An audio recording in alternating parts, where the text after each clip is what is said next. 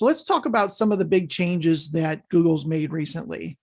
Number one, you can't get away with duplicate content anymore. We'll talk a little bit more about that. Low quality links pointing back to your site could hurt you. So they're actually looking at the value of a link that's pointing back to you. An easy example of that would be getting a link from Hunter Douglas would be pretty valuable link versus a link from Shutters or Us. Links still might have value, but less value. So important that the quality of the link is important to you. And then you need a real physical office in order to rank well on Google Maps. And Google Maps, now called, it was called Google My Business. Now it's called your Google Business Profile, is a huge piece of your SEO. Very important. Like I said earlier, especially from the mobile side, most people are making their decisions specifically from that 3-pack. So before we get into the 3 things a little bit more detail, I wanted to go through a couple of things that really haven't changed. Number one, content is still king. So there's a little trick to this. A lot of people think that if you just log into your website and change up your homepage, every month or every couple of weeks, that Google is going to reward you and rank you higher because of that activity. Not necessarily the case. What would be better is if every time Google came to index your site, it was bigger and it was better and there was more content and more things for them to consume and you were answering more questions and providing more value. That is really the trick to content. Every time they come back, there's more things for them to index and potentially rank overall.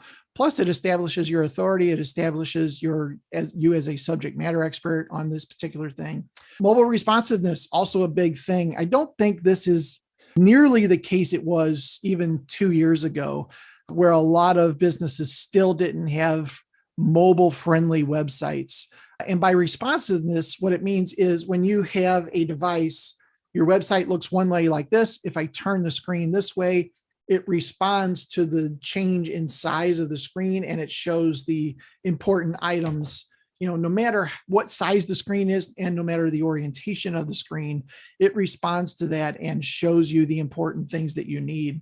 Another thing here, little bonus tip on mobile version of your website, and really on desktop too, but more on mobile, you should make sure your phone number is in the top right or at the top of the page, and that it is click to call so that when somebody pulls up your website, they can just click on the phone number and that dumps that into the phone app on your device so that they can call you straight from there. A lot of times they'll have the phone number listed on a website, but it is not click to call. So you can't click on it and dial it. You have to copy it or back and forth between screens to figure out the phone number, that kind of stuff. So don't make getting a lead difficult. It's super easy to do click to call. So make sure you're doing that as well.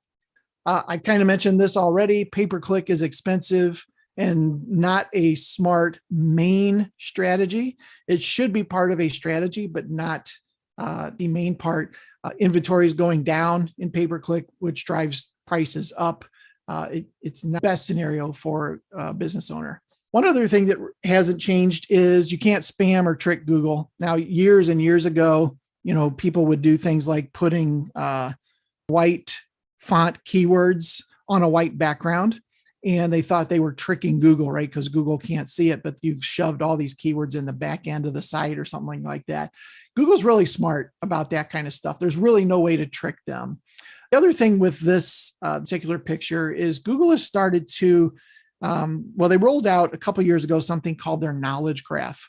And the knowledge graph is just what this looks like. It understands relationships of words.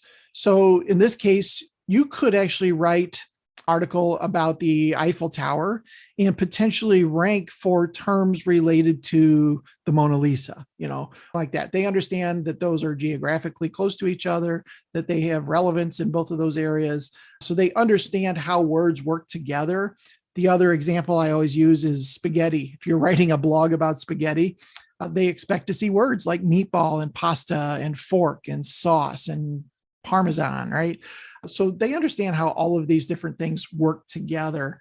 So there's really no way to try to trick Google to, stick a particular keyword in a lot of places thinking that'll get you to the top easier. Definitely not the case anymore.